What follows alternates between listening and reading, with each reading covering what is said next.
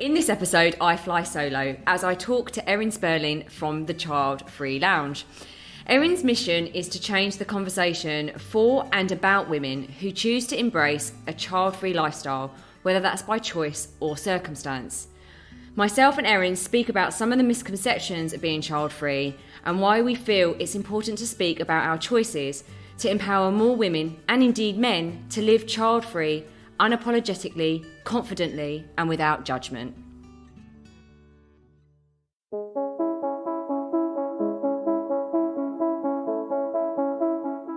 Hi, I'm James Davis. And I'm Claire Davis. We're the Midlife Mentors, here to lift the lid on how to achieve health and happiness. The balanced, no-nonsense way.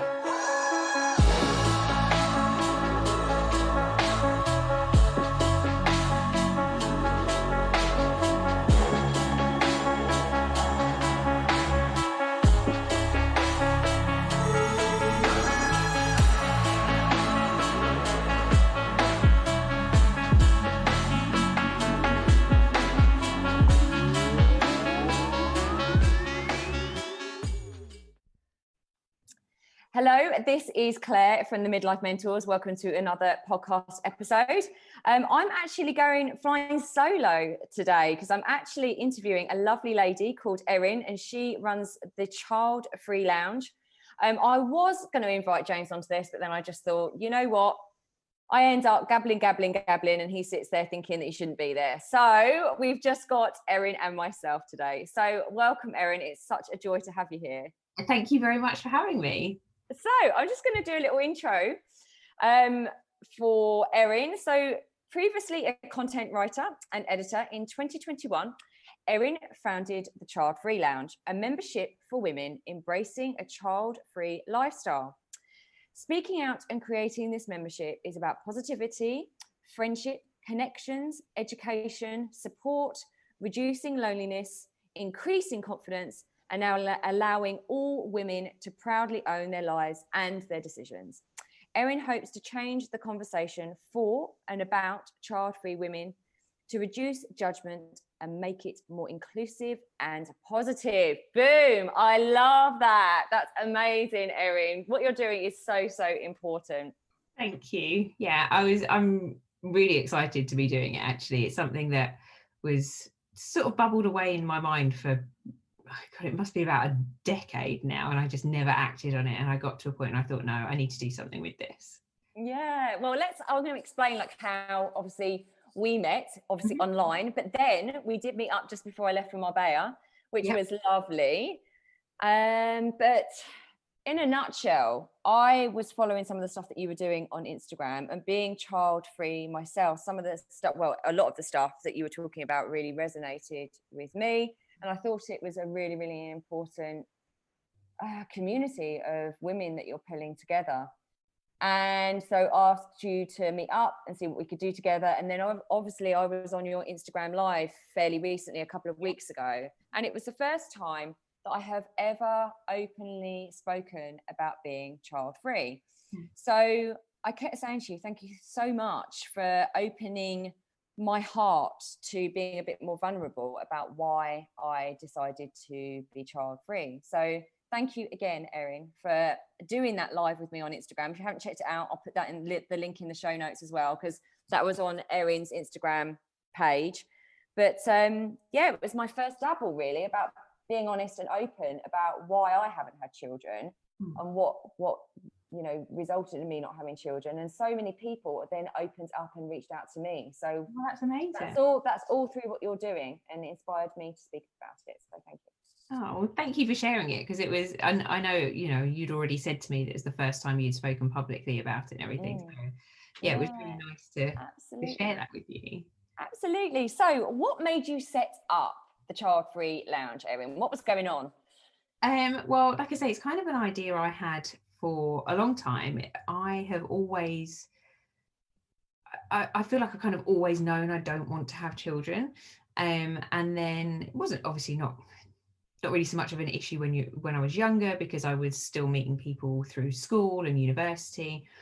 And then beyond that, I started to think, it'd be really nice if there was a place I could go and meet people who I knew were like of a similar mind to me with regards to that, because obviously as you start to get older and more of your friends and family start to have children, that understandably changes their lives and their commitments and how they can spend their time.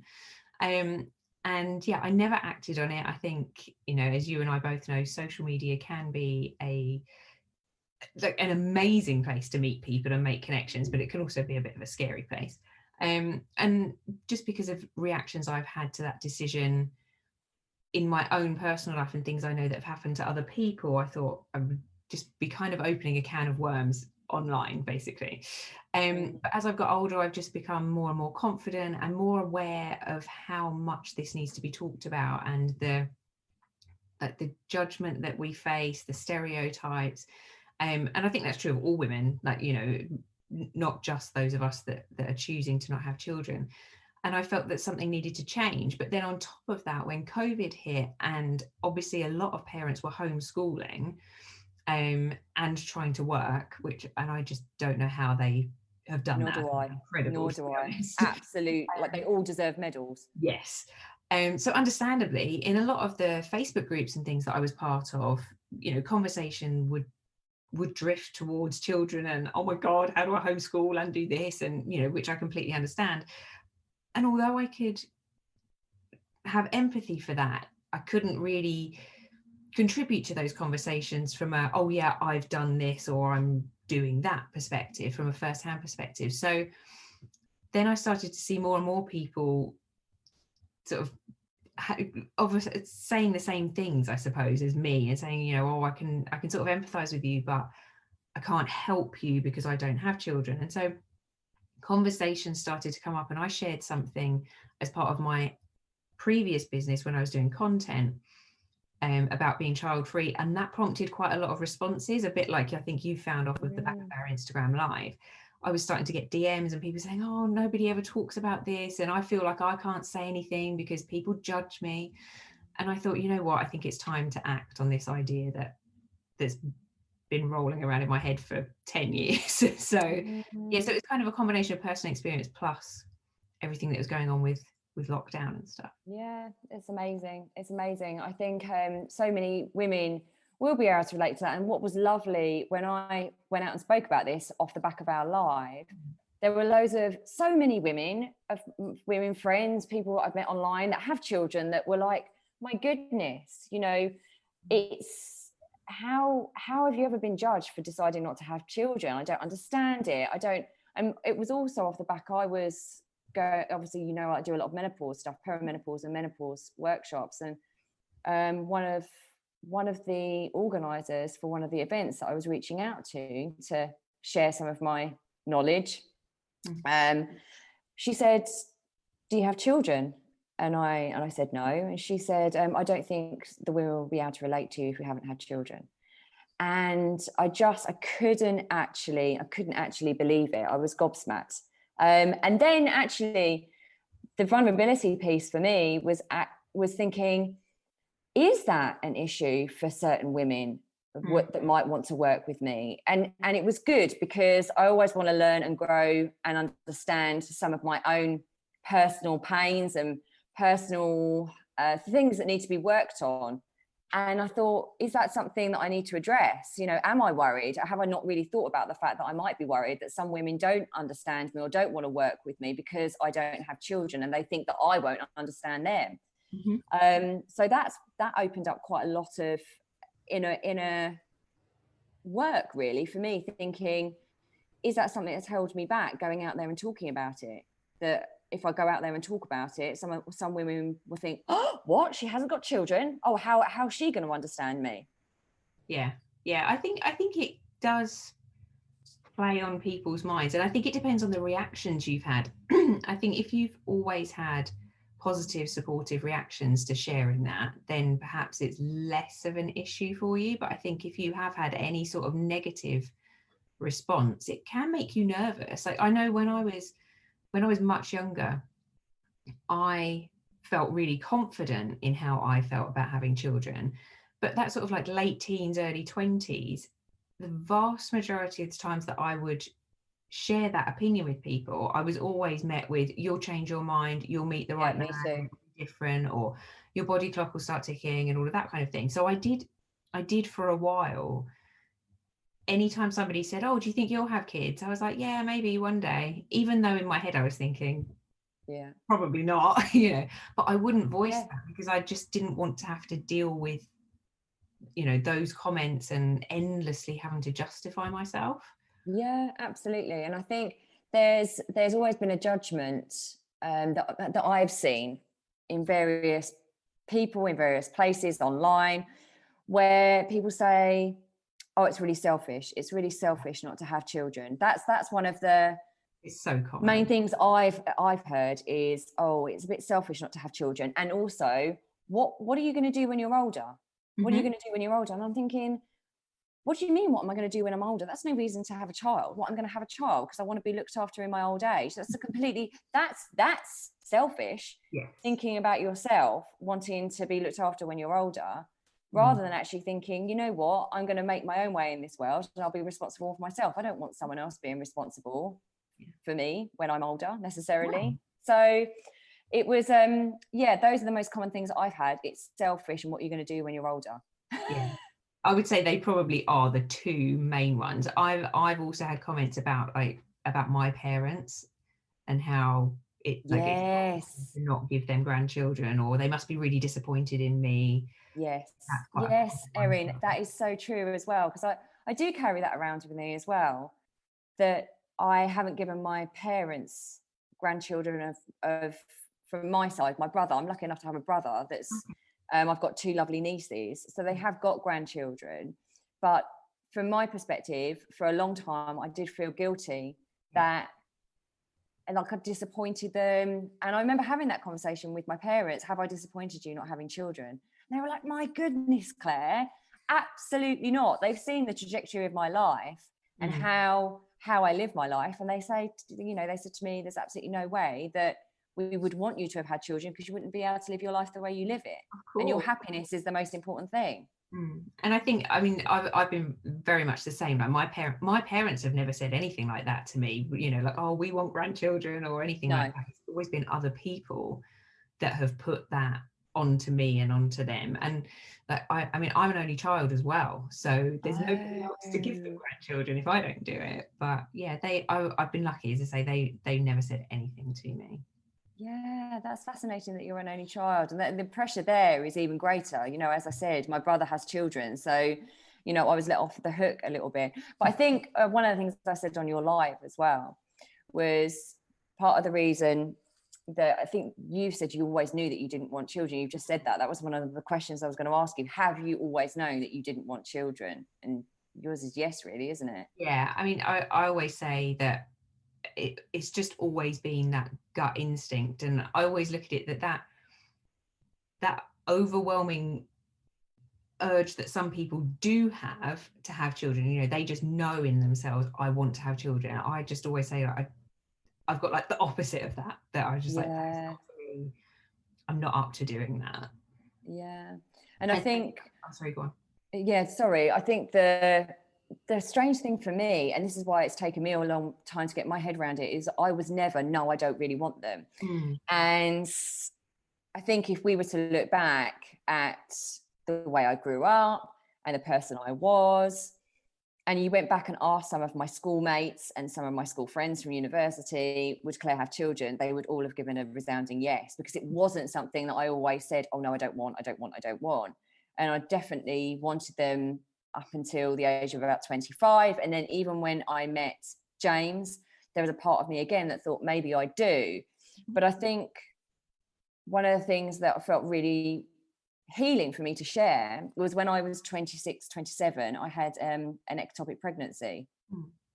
And I nearly wasn't here because of it. So I nearly lost my life because of it.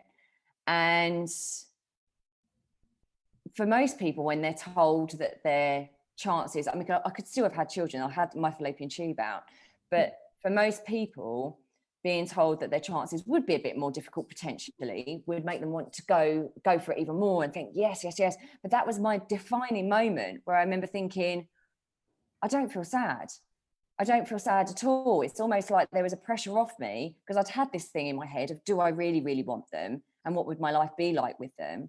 And then when that came, it was a moment of, do I want them or not? And it was a really heartfelt, no, not really. Yeah. I think sometimes, I know, say conversations we've had before, I think sometimes it's not until you're in a situation that you really know how you feel about it. Yeah, absolutely. And then from that point onwards, again, I said this to you on the live, my baby has been my business and my work, and the reason I'm here, and the reason, you know, the gift I want to give to as many people as possible is to help them and to live my best life and be able to be there for people, to support them and to help them grow and become the best versions of themselves. That's my baby. And I know that if I didn't have that, I had a child, all of my focus would be on the child, understandably, as it should be, and then it wouldn't be on serving as many people in the world as possible. Of course. And I think, you know, I think something that comes up for a lot of people is like this idea of leaving a legacy. And I think you can leave a legacy in more than one way, you know. And I think the fact that you are obviously, with what you're doing, impacting lots of people's lives, I think that's a pretty great legacy to leave. Bless you. Yeah. And I know, you know, and again, something else that we said was, if we were to have children, I know that I would love that child so much, that focus, as it should be, like I've said, would just be on that child. But there were so many other things that were competing with me internally that I really, really wanted to share with the world. And I suppose I don't really remember when that decision happened, but I was like, no, it's about what the legacy I leave in the world with regards to how many people I've been able to serve and help and support, rather than bringing another human being into the world. Yeah, definitely. And I've definitely found that as I've got older, more and more things have just like compounded that decision to not have children.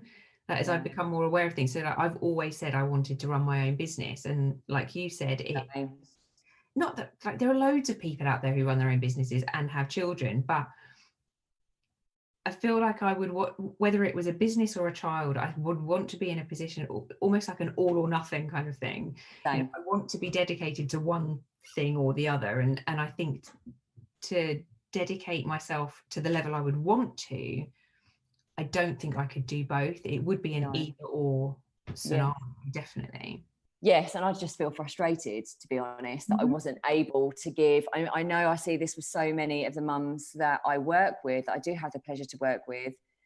You know, a lot of that, they do feel a sense of guilt that they're also wanting to build their business, build their empire, build their profile in a business that they work in, but they're constantly competing with their heart, to a sense, and to a degree, that they want to spend it with their child as well. And that level, I think, again, we said this on your live, it's, I could almost see what was going to come.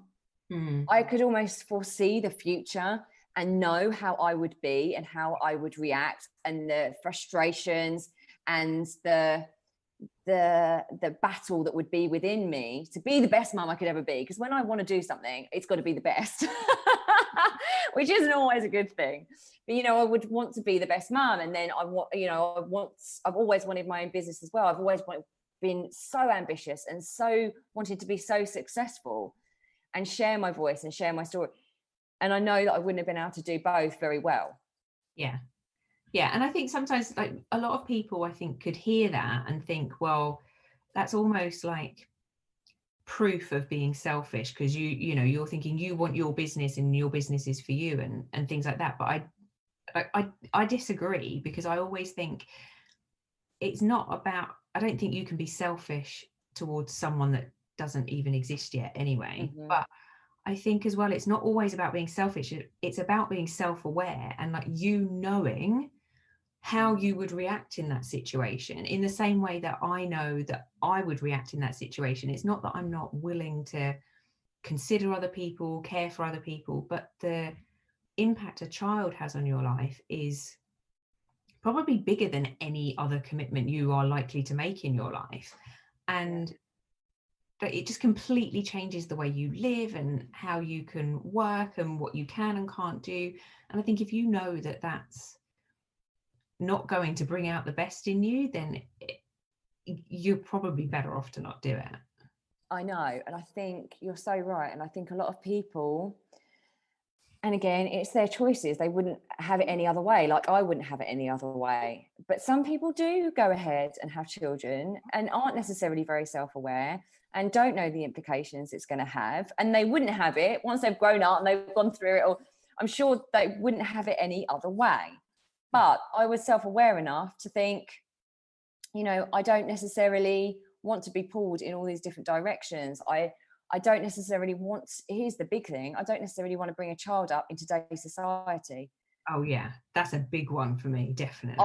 It's a massive one. And now I realise that was simmering under the surface completely subconsciously without me really knowing, was having a sense, this is going kind of a bit uber spiritual, but having a sense that the world in my time, in this age, it was going to change. I had a sense of that even when I was a young child, that we were going to be on Earth. I was going to be on Earth at a time when it changed dramatically. And look at the technology that we have now. Like children are constantly bombarded with social media messages of being the trauma and the stress it puts on children now.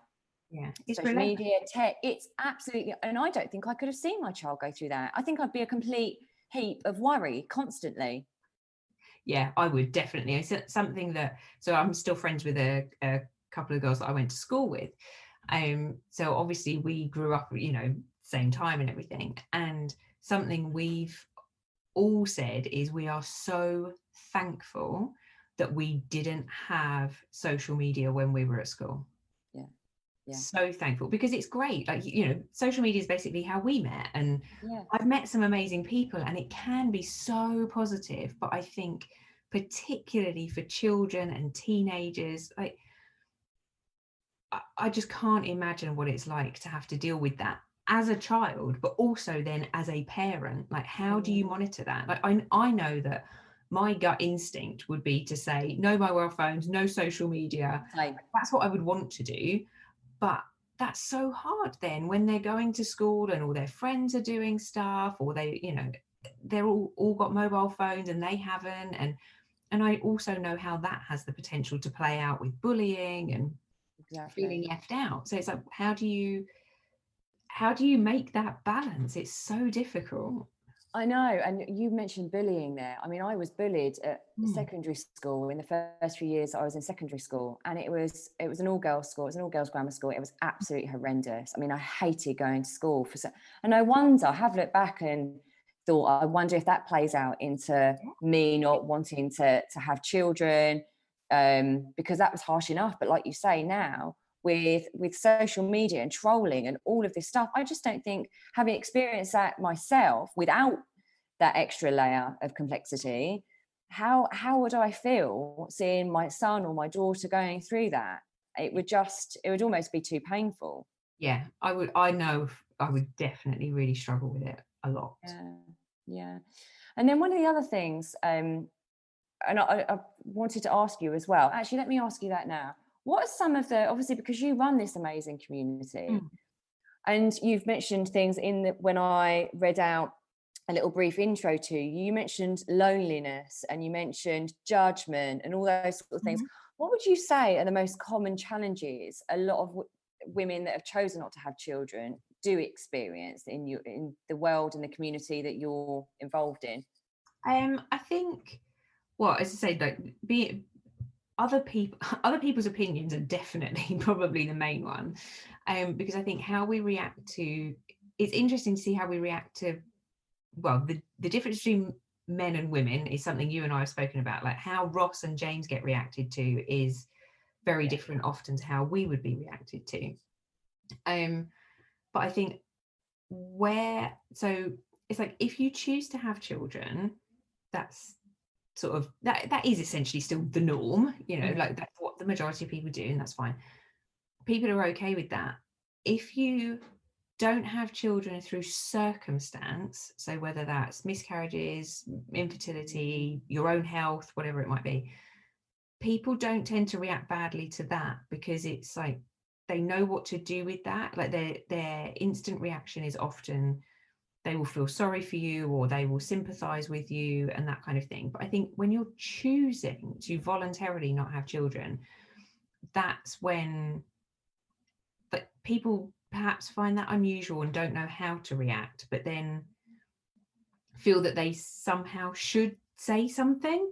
And I think that's when the judgment and the criticism can come out, and like really harsh comments. I think the fact that it's so common to be told you're selfish, like under any other circumstance, to throw that at someone would be considered really hurtful. And but it gets said all the time. And I think it's almost like there's something wrong with you. Like that's how it feels. That's how it comes across. There's something wrong with you. You're not natural. You must have had trauma. Or you must have had, you're unnatural. It's odd not to. And when you get asked that, you're not a proper woman. Yes, that's a huge thing. Talk a little bit more about your experience of that. I think, nobody's actually like said those exact words to me, but I have had people say, like, do you not think, like, that's not very feminine behavior. That's not, like, and it's really common to be told that it's not very likely that you'll find a partner because nobody's going to want a woman who doesn't want children. I just find it really bizarre that people, despite how far we have come in terms of equal rights and sexism, I think when it comes to children, and particularly women having children, I think we've still got quite a long way to go, actually, based on some of the reactions that I've had. I mean, I've heard some much worse reactions to other people. I think really I've been quite lucky in the grand scheme of things. But people get excluded from things all the time. And I think that's where the loneliness thing, yes, I agree, comes in. People feel like they're excluded from stuff because friends and family start having children, and then suddenly you're not invited to family gatherings or parties or birthdays. And they're like, oh, well, you don't want kids, so we didn't think you'd want to come. Like, just because I don't want children doesn't mean I won't go to your child's 5th birthday party or something. That's those two things are completely separate. You still want to be included and feel like you're part of your friend group or your family. You don't want to just be written off. No, I completely agree. And you can feel like it is less common not to want to have children. So you do feel like the odd one out. You do. It kind of, you stand out. It's a bit like the black sheep in the family, or you stand out a bit like a sore thumb in the family. And people, you don't feel like you're very understood, and you're kind of slightly ostracized. It's like slightly on the outskirts of everything. Does that make sense? It does. You're slightly on the edge of being really belonging to that group and that community of people anymore. I've definitely had the whole, well, I've seen it. I've never had someone say it in these exact words, but it's been implied that it's not very feminine. Exactly the same thing. It's not very feminine. It's very it's very masculine. Is there something wrong with you that you just don't want to? You're here on Earth, Claire. You're here on Earth to procreate. No, I'm not, actually. Just because I can, it doesn't mean that I should. But that's the thing, isn't it? You've got that jumped into your head that because you can, you should, and that's just the norm. And obviously that's how the human race has evolved, and you're somehow not part of how the human race evolves because you're not choosing to have children. And something I've heard a lot, and I know a lot of other women get it as well, I don't know if you have, but it's that people saying, oh, you regret it when you're older, like when you've missed your chance, kind of thing. You've missed your chance. And I'm quite happy to say, yes, I might do. I don't know how I'll feel when I'm 60. I might get there and think, you know what, maybe I should have. But that's a risk I'm willing to take. I would rather get to 60 and regret not having a child than have a child and regret that. I just think that would be horrific for me. Then you are responsible for another human being, and we know the impact that parents have on their children. It's a massive responsibility. Most people don't take it seriously enough.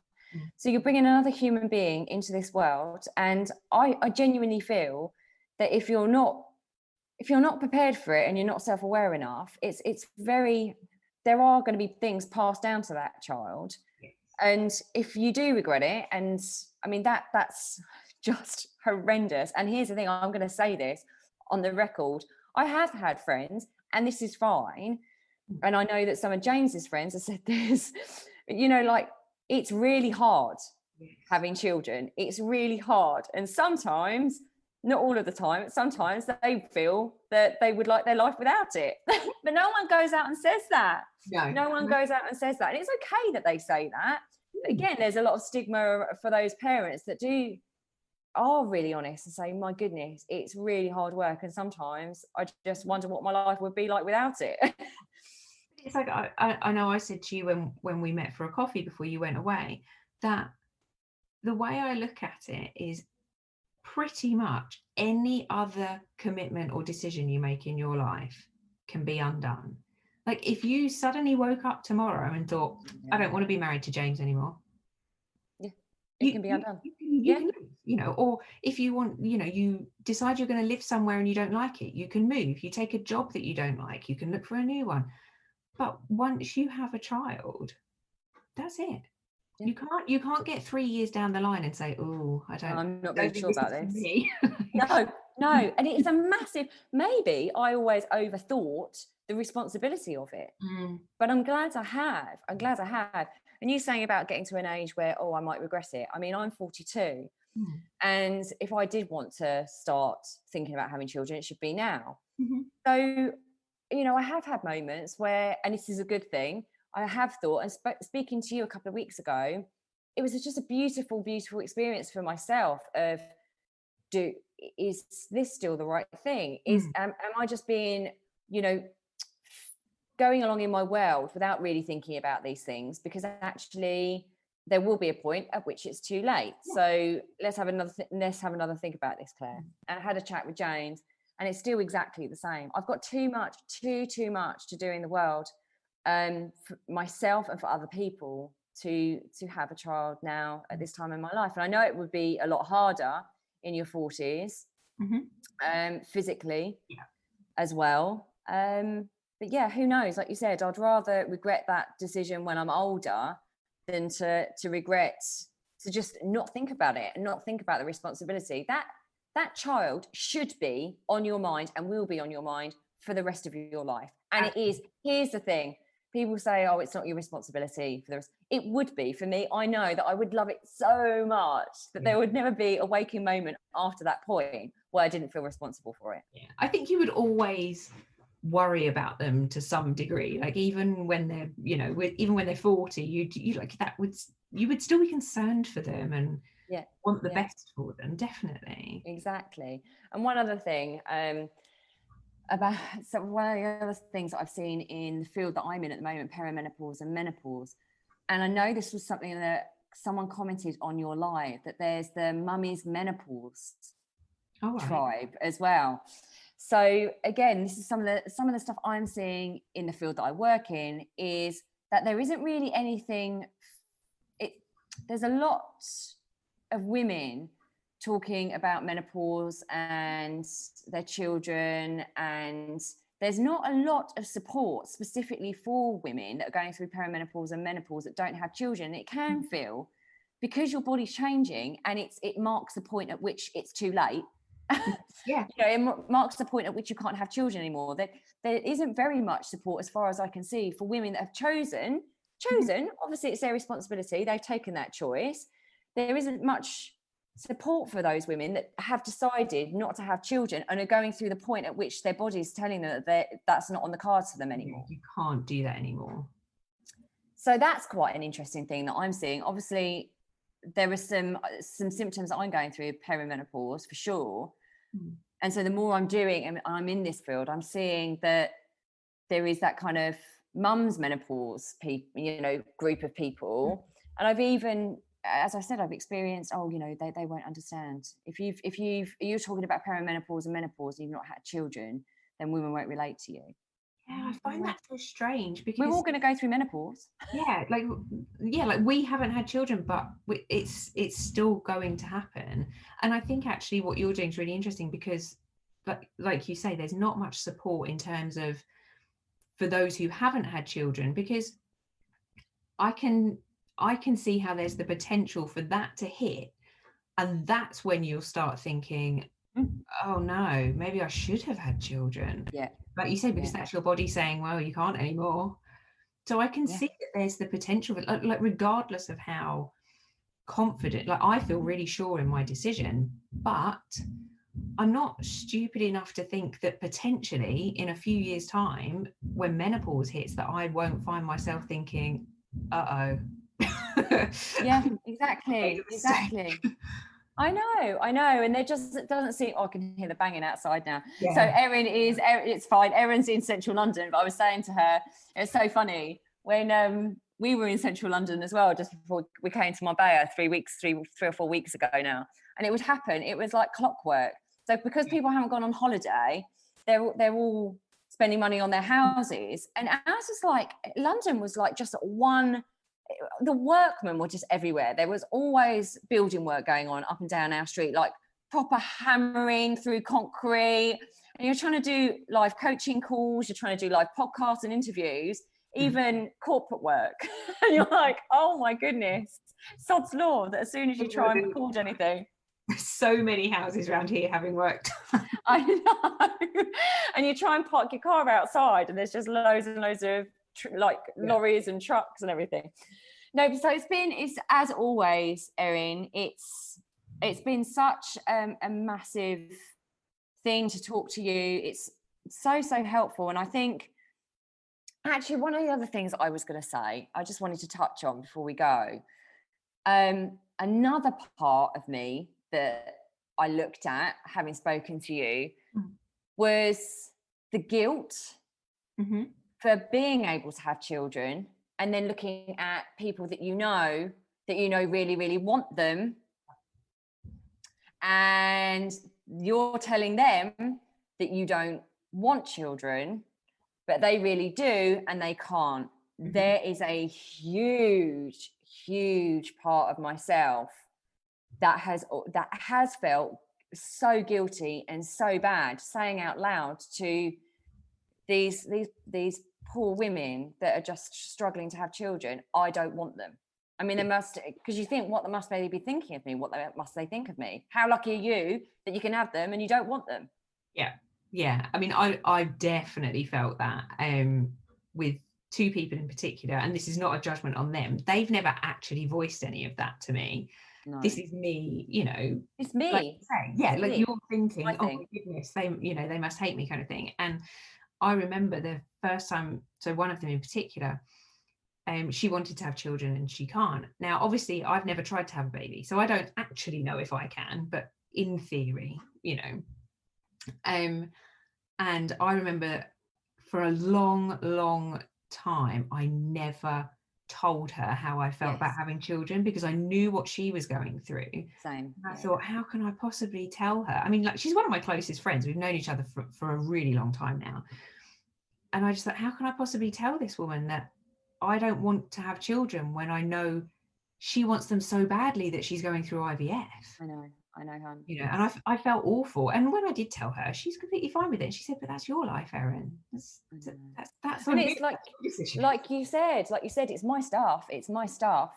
And it's just it does come from societal expectations that, you're a woman, so you should procreate, blah, blah, blah, blah, blah. And if you're lucky enough to be able to do it in today's society, then you should, because there's plenty of women that can't and are going through the trauma of IVF. And that, that's exactly the experience I've had. I've had someone, there's people that I can think of right now that I have worried about voicing my opinion about having children. And I've never said that I don't want them. I think people have obviously presumed by now that it's not going to happen for me. But yeah, it's It's funny, isn't it? And then that kind of creates a wedge between two women. Yeah. So yeah, I just wanted to pop that in the end there, because that's another point that other women listening to this podcast episodes might be able to relate to as well. I'm sure they'll be able to relate to so many things that we've spoken about. And as always with this podcast, you know, please reach out and, you know, let us know what your thoughts are and your feelings around this. Because, and Erin, obviously, can you tell the listeners, like, how, if this really resonates, how they can find you, how they can join your community? So I'm most active on Instagram. That's my favorite platform. So my handle is @the childfree lounge. And if you go there, you will also find a link to join the membership in my bio as well. So it's open at the moment.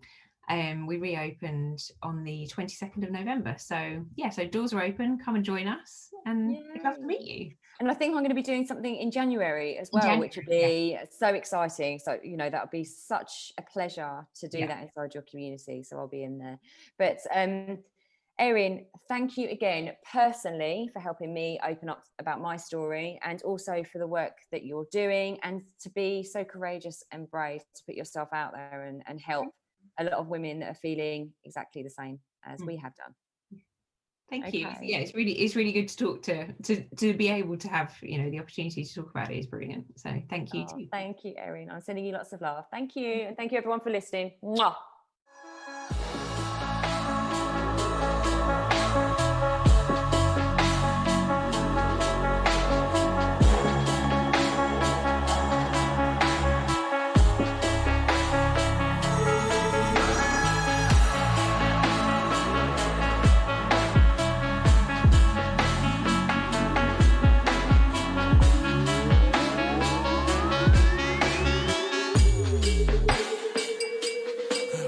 Yeah. You've been listening to the Midlife Mentors with Claire and James Davis.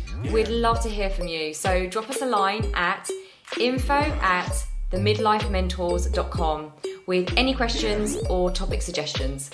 And make sure you join us on our Facebook page and YouTube channel. You can find us under the Midlife Mentors. Yeah. What? Yeah. Yeah. Yeah.